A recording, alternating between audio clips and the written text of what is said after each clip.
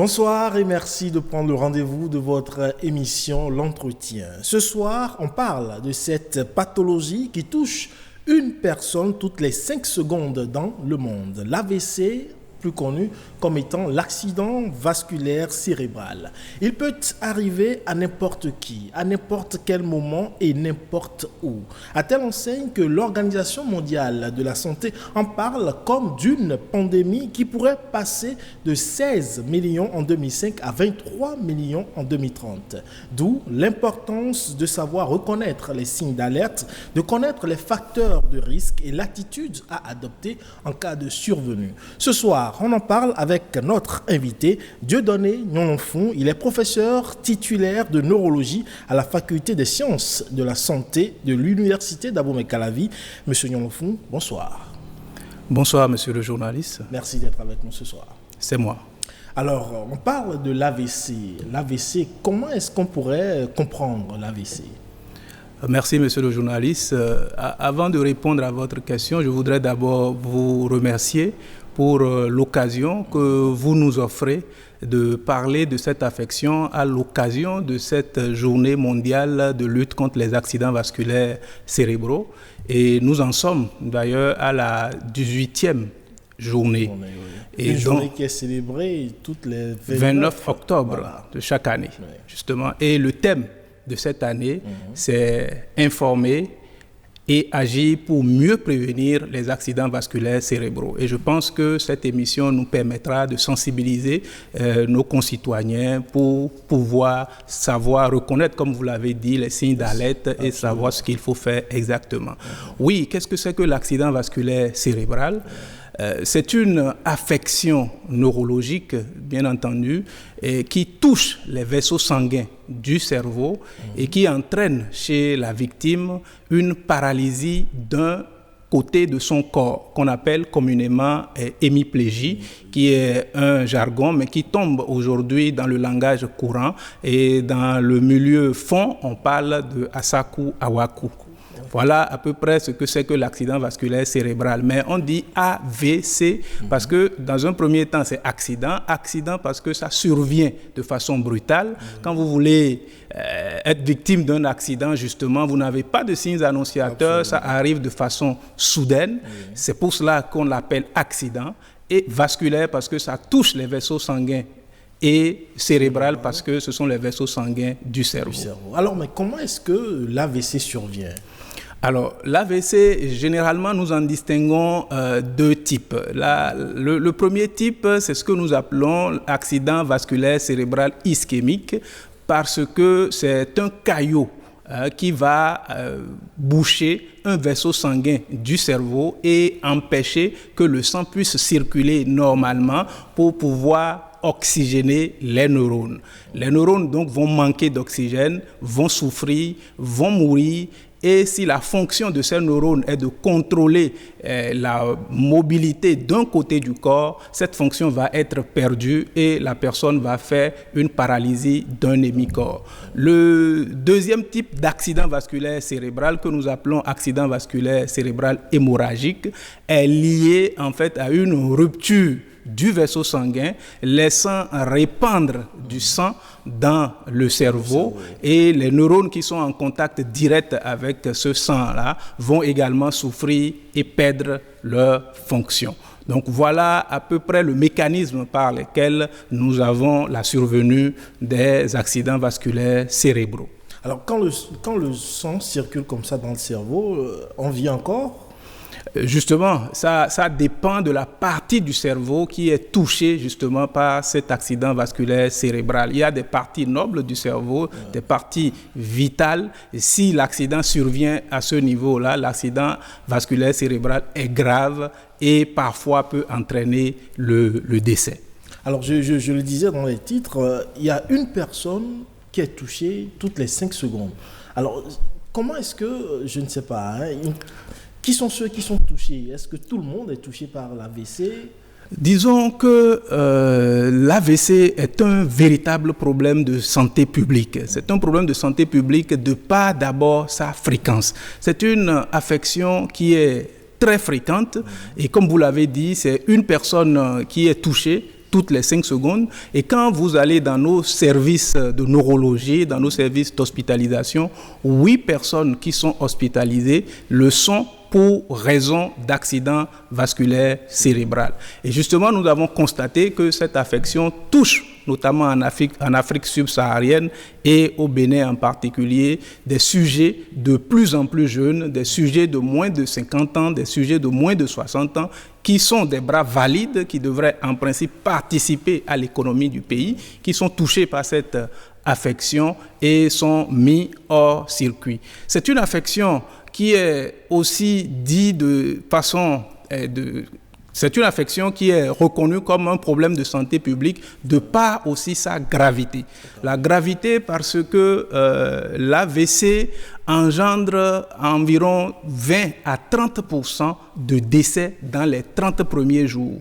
Et sur le plan mondial, c'est la 3e cause de décès après les crises cardiaques et le cancer. Donc c'est une affection qui est suffisamment grave et qui génère aussi un handicap. C'est la première cause d'ailleurs de handicap acquis chez le sujet adulte. Vous avez quelqu'un qui est en pleine activité, qui n'avait aucun handicap et dès qu'il est frappé par cet accident vasculaire cérébral-là, il peut garder des séquelles à vie et devenir un handicapé à vie. C'est toute la gravité de cette affection-là. Alors, vous disiez tantôt que de plus en plus de jeunes, de sujets jeunes sont touchés par cet accident. Qu'est-ce qui explique cela? Est-ce parce qu'on mange mal ou parce qu'on se comporte mal? Comment est-ce que des jeunes bras valides se retrouvent à contracter une maladie soit dit tant de griffes pour des personnes plus âgées? Merci beaucoup, monsieur le journaliste. Et nous avons en fait nos comportements, nos habitudes de vie, nos habitudes alimentaires qui nous amènent à développer certaines pathologies qui font le lit à l'AVC. Si nous mangeons mal, si nous consommons trop de sel, nous consommons trop de sucre, nous consommons trop de graisse, nous mangeons peu de fruits et de légumes.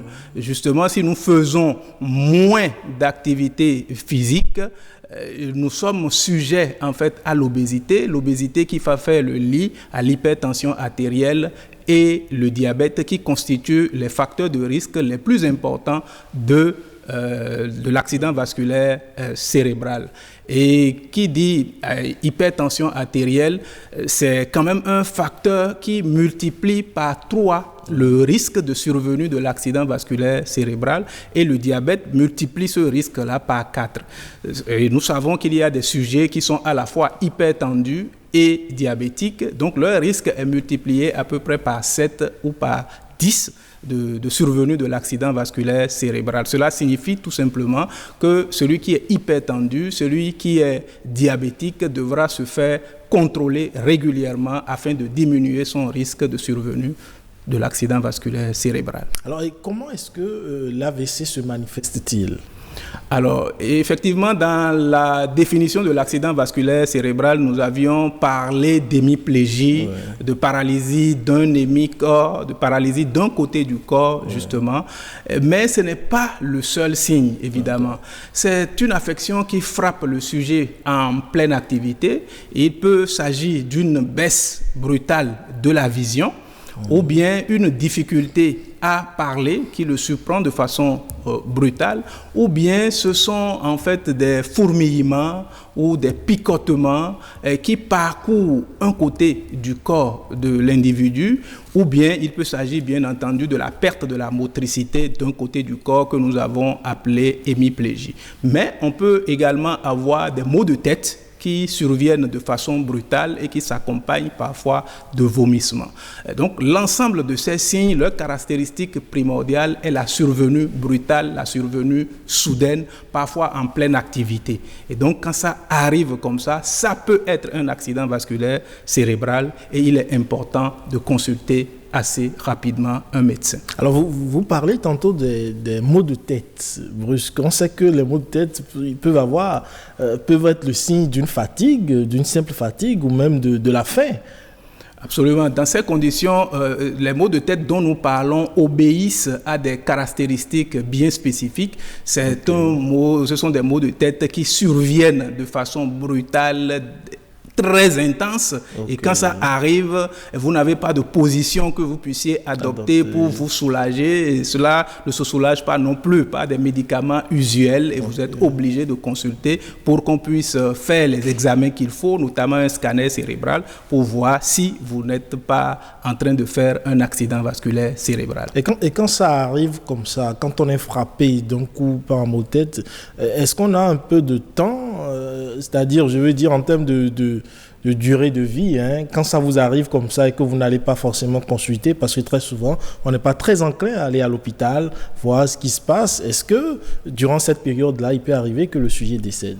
Oui, vous touchez un point essentiel, justement, de la question de la prise en charge, en fait, de l'accident vasculaire cérébral. Bien entendu, il est recommandé que lorsqu'on a les premiers symptômes de l'accident vasculaire cérébral, il vaut mieux consulter. Dans la mesure où nous n'avons pas beaucoup de temps pour prendre en charge celui qui est victime d'un accident vasculaire cérébral. Nous ne disposons que de 4h30 minutes. Après 4h30 minutes, il est assez difficile de pouvoir récupérer entièrement le sujet et qu'il n'en sorte pas avec un handicap. Mais ce que nous avons remarqué dans une étude qui a été réalisée dans le service de neurologie il y a quelques années, c'est que les sujets victimes d'accidents vasculaires cérébraux viennent consulter à l'hôpital en moyenne que 3 jours après. Alors que je vous disais qu'on a besoin de 4h30 minutes seulement pour pouvoir agir. Simplement parce que, comme c'est une affection qui frappe de façon brutale, sans aucun signe annonciateur, on pense que ce n'est pas de la médecine moderne qu'il s'agit et que la médecine moderne ne peut pas être le premier recours. Mais en fin de compte, ils viennent à l'hôpital et parfois c'est déjà un peu tard. Mais bien entendu, cette prise en charge de l'accident vasculaire cérébral est multidisciplinaire. Bien sûr, il y a le neurologue qui est au devant de la scène, mais bien entendu, il y a aussi les cardiologues, les réanimateurs, les kinésithérapeutes pour pouvoir prendre en charge l'accident vasculaire cérébral. Et cet accident vasculaire cérébral doit en principe se prendre en charge dans une unité spécialisée qu'on appelle unité neurovasculaire. Et nous profitons d'ailleurs de l'occasion pour remercier le CNHU, le directeur du CNHU, et qui nous aide à pouvoir mettre en place cette unité neurovasculaire de prise en charge des accidents vasculaires cérébraux. Et aussi, nous voudrions dire aux autorités de la santé, au ministre de la Santé, au gouvernement de la République du Bénin, de pouvoir déployer ces unités de prise en charge neurovasculaire un peu partout sur le territoire béninois, afin de prendre en charge les patients victimes d'accidents vasculaires cérébraux, parce que c'est une affection qui est grave, c'est une affection qui est handicapante et qui sort les sujets qui sont de plus en plus jeunes du circuit économique. Alors justement, parlons de cette machine dont vous parlez. On a ouï dire qu'il n'existerait qu'une seule machine au Bénin. Donc en fait, ce n'est pas en termes de machine, c'est en termes de cadre, en termes de cadre d'hospitalisation, en termes de médicaments qu'il faut utiliser assez rapidement pour pouvoir déboucher un vaisseau qui est bouché et qui a entraîné l'accident vasculaire cérébral. Et je peux vous dire que le petit flacon d'injection de ce produit qui permet justement de déboucher le vaisseau sanguin est à peu près à 800 000 francs CFA. Et vous convenez avec moi que ce n'est pas à la portée justement de toutes les bourses. Quand on sait que sans même utiliser ce traitement qui permet de déboucher le vaisseau sanguin, nos compatriotes déboursent en moyenne 600 000 francs CFA pour pouvoir prendre en charge leur accident vasculaire cérébral dans un pays où le SMIC est autour de 40 000 francs. Donc, il est assez important que le gouvernement puisse intervenir dans ce secteur-là pour faciliter la prise en charge des accidents vasculaires cérébraux, parce que nous ne sommes pas à l'abri. Tout le monde est candidat à l'accident vasculaire cérébral. Et justement, tout le monde est candidat à l'AVC, encore plus ceux qui vivent dans un environnement de travail un peu stressant. paraît que le stress également est un facteur de risque. Absolument, parce que le stress, nous savons qu'aujourd'hui, que ce soit au boulot, que ce soit à la maison, nous vivons effectivement, comme vous le dites, dans un environnement assez stressant. Et le stress, en fait, augmente la tension artérielle et génère sur plusieurs mois, plusieurs années, l'hypertension artérielle. Et cette hypertension artérielle va fragiliser les vaisseaux sanguins du cerveau et engendrer peut-être plus tard une hypertension artérielle. Donc nous devons travailler aussi à contrôler en fait notre stress. Ça, c'est difficile de contrôler le stress. Bien sûr, comme quelqu'un le dit, certaines situations, si nous sommes dans certaines situations qui ne nous profitent pas, ayons la capacité de prendre ces situations-là et de les jeter à la poubelle. L'autre dira qu'il faut simplement cliquer sur ignorer, rester dans la positive attitude et évoluer. Alors, quand survient l'AVC, quelles sont les complications? Vous avez évoqué l'hémiplégie d'un côté du corps. Absolument. Quelles sont les autres complications qui pourraient Justement, la complication ultime de l'accident vasculaire cérébral, ce que nous ne souhaitons pas, c'est justement le décès. Le sujet va faire un coma, puis va décéder dans les suites de ce coma-là. Mais en dehors de ça, ceux qui survivent justement à l'accident vasculaire cérébral peuvent garder un handicap peut-être minime, peut-être majeur chez d'autres personnes.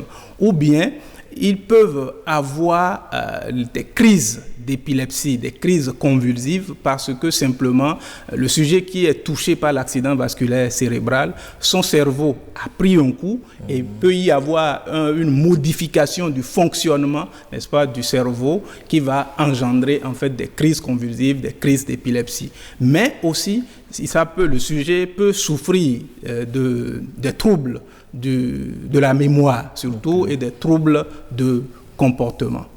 Alors, est-ce que l'AVC se traite? Parce que si on en arrive à avoir des taux de plus en plus croissants, est-ce qu'on peut espérer que les gens puissent en guérir? Oui, si nous avons dit que le taux de mortalité est de 20 à 30%, c'est qu'il y a 70% de sujets qui s'en sortent, s'en sortent vivants, bien entendu, mais ils gardent souvent des séquelles.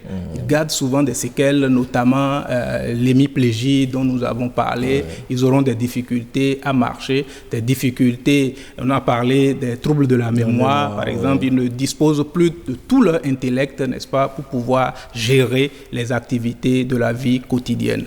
Le traitement, comme je l'avais dit tantôt, c'est surtout dans des unités neurovasculaires que cela devrait se faire, ce que nous n'avons pas encore actuellement, mais nous les traitons dans le service de neurologie et les résultats sont plus ou moins mitigés. Alors, au-delà de ce travail que vous faites déjà si bien, est-ce que le citoyen qui est sujet à l'AVC doit adopter des comportements pour éviter de tomber sous le coup de ce... Je crois que c'est le cœur, en fait, de cette 18e journée de l'accident vasculaire cérébral, parce que c'est le thème, on a dit, informer et agir pour mieux prévenir l'accident vasculaire cérébral. Donc, nous sommes visiblement dans la prévention. Et la prévention, c'est justement changer nos habitudes de vie, changer nos habitudes alimentaires, changer nos comportements. Le premier conseil que nous donnons surtout à ce niveau, c'est d'abord de manger moins sucré, de manger moins salé, de manger moins gras et de consommer assez de fruits et de légumes. Et surtout de faire beaucoup d'activités physiques. Justement, l'OMS a recommandé 30 minutes d'activité physique par jour, 5 fois dans une semaine. Et aussi, l'OMS recommande aussi 10 000 pas par jour. Le dire comme ça, on peut penser que c'est extraordinaire, mais nous avons aujourd'hui nos portables Android où nous pouvons télécharger justement des applications qui nous permettent de compter le nombre de pas que nous avons. Et ils le comptent de façon systématique et en fin de journée, nous pouvons voir le nombre de pas que nous avons fait et le compléter jusqu'à 10 000. Et c'est un outil de suivi véritable de notre activité physique. Alors, je l'évoquais, vous disiez qu'il fallait prendre moins de sucre, moins de sel. Comment est-ce qu'on quantifie le nombre la façon dont c'est sucré ou salé? Comment est-ce qu'on peut réguler moins de sucre? C'est pas plus facile à dire qu'à faire? Je ne pense pas, dans la mesure où chacun sait la façon dont il consomme aujourd'hui le sucre et le sel. Si nous vous disons consommer moins, si déjà vous décidez, si vous étiez à 3 morceaux de sucre par jour dans votre bouillie ou dans votre thé, et si vous le réduisez déjà à 1 morceau de sucre, vous avez déjà un impact positif sur vos vaisseaux sanguins et qui vous permettront de vous protéger de l'accident vasculaire cérébral. Alors, il y a cette allure, on est sûr qu'on ne va pas du tout contracter l'AVC, parce que l'OMS dit que 4 personnes, 1 personne sur 4 doivent forcément, en tout cas, sont susceptibles. Oui, sont susceptibles, mais ce n'est pas doivent. Cela signifie que si nous agissons sur nos comportements, sur nos habitudes de vie, sur nos habitudes alimentaires, nous réduisons ce risque-là de faire l'accident vasculaire cérébral. Et surtout, chez les sujets qui se connaissent aujourd'hui hypertendus, ceux qui souffrent de la tension artérielle, il faut qu'ils contrôlent régulièrement leur tension artérielle et qu'ils prennent régulièrement leurs médicaments contre la tension artérielle. Si vous prenez vos médicaments contre la tension artérielle, c'est que vous normalisez votre tension artérielle et vous vivez exactement comme celui qui n'a pas l'hypertension. C'est la même chose chez le sujet diabétique. Il faut qu'il fasse un contrôle régulier de sa glycémie, de son taux de sucre dans le sang, et qu'il prenne ses médicaments régulièrement pour pouvoir normaliser son taux dans le sang. Et à cet effet, il se comportera exactement comme celui qui n'a pas de diabète. Et ils auront le même risque que le sujet normal. Alors, mais est-ce que la prise de médicaments n'est pas également un facteur de risque? Nous prenons très souvent, quand on sent une petite courbature, on prend un petit cachet. Est-ce qu'il n'y a pas de risques? Non, jusqu'à présent, il n'y a pas encore de médicaments qui soient prouvés scientifiquement responsables en fait de l'accident vasculaire cérébral. Okay. Donc, bien entendu, il ne faut pas faire de l'automédication. Quand nous avons une affection que nous pensons même banale, il est important de prendre l'avis d'un sachant, pour que le sachant, c'est le médecin, qui puisse vous dire, oui, vous pouvez prendre tel ou tel cachet pour éviter vraiment le risque d'effets secondaires liés aux médicaments. Merci à vous, docteur. Avez-vous quelque chose à ajouter à l'endroit des populations, un message ? Oui, chers téléspectateurs de BB24, je voudrais sincèrement vous dire qu'à l'occasion de cette 18e journée mondiale de lutte contre les accidents vasculaires cérébraux, nous avons comme obligation de changer nos comportements, de changer notre style de vie, n'est-ce pas, de changer nos habitudes alimentaires. Et je recommande vivement que vous puissiez consommer moins de sucre, moins de sel, moins de graisse, consommer beaucoup plus de fruits et légumes et surtout vous adonner aux activités physiques. Activité physique ne veut pas dire sport de haute intensité. Vous pouvez faire de la marche 30 minutes par jour, 5 fois par semaine, ou essayer de faire vos 10 000 pas par jour. Les androïdes sont là pour vous aider. Contrôlez régulièrement votre tension artérielle, contrôlez ne serait-ce qu'une fois par an votre taux de sucre dans le sang qu'on appelle glycémie. Et si vous faites tout ça, vous connaissez vos chiffres, vous allez essayer justement de les normaliser à chaque instant et le risque de survenue de cette affection grave qu'est l'accident vasculaire cérébral va sincèrement et considérablement diminuer. Dieudonné Yonfou, merci d'être passé sur ce plateau, nous éclairer sur cette pathologie fréquente, mais très souvent ignorée, voire même négligée par les populations et qui aujourd'hui est un enjeu majeur de santé publique. Merci à toutes et à tous pour votre aimable attention. Vous pourrez suivre cette émission sur le site de l'ORTB, www.ortb.bj. Portez-vous très bien et à la prochaine.